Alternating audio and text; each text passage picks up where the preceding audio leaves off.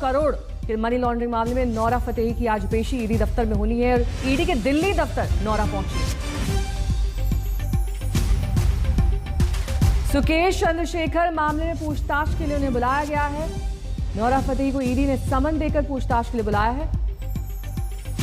मामला 200 करोड़ रुपए का है। तो मनी लॉन्ड्रिंग मामले में शिकंजा कसता ईडी का नोरा फतेही पर। इस पूरे मामले पर आज पूछताछ के लिए दिल्ली के ईडी दफ्तर में नोरा फतेही पहुंच चुकी है।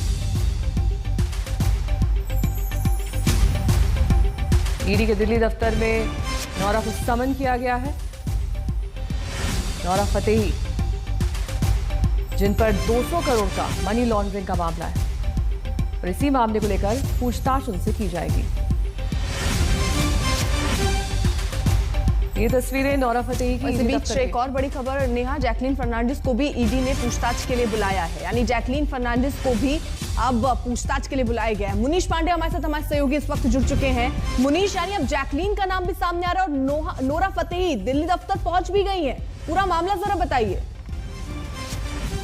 जी देखिए, इन्फोर्समेंट डायरेक्टरेट यानी कि प्रवर्तन निदेशालय 200 करोड़ रुपए के मनी लॉन्ड्रिंग की जांच कर रहा था, जिसमें कि आरोपों के घेरे में है सुकेश चंद्रशेखर, एक ऐसा ठग जिसने पिछले कुछ सालों में लगभग 300 से 400 करोड़ रुपए लोगों को ठगे हुए हैं। और ये सबसे ज्यादा खास इसलिए था कि जेल में रहते हुए, दिल्ली की जेल में रहते हुए इसने 200 करोड़ रुपए की ठगी एक बिजनेसमैन की पत्नी के साथ की थी। अब इसमें बॉलीवुड का कनेक्शन कहां से आता है? जो ईडी के सूत्र हैं उन्होंने हमें जो जानकारी दी है उसके मुताबिक जब वो सुकेश चंद्रशेखर के पैसों के लेन देन के बारे में जांच कर रहे थे तो उन्हें पता चला कि बॉलीवुड की 2 अभिनेत्रियां हैं जिनसे कि पैसे की लेन देन की बात की गई है और हो सकता है कि पैसे का लेन देन भी हुआ हो, क्योंकि सारा का सारा कैश में पैसा आया हुआ था, ब्लैक मनी था। जैकलीन फर्नांडिस को इसके पहले अगस्त और सितंबर के महीने में लगभग 2 से 3 बार तक ईडी ने पूछताछ की हुई है और नोरा फतेही को आज 11 बजे उन्होंने ईडी के दफ्तर में बुलाया था, जहां से उनकी पूछताछ होनी है।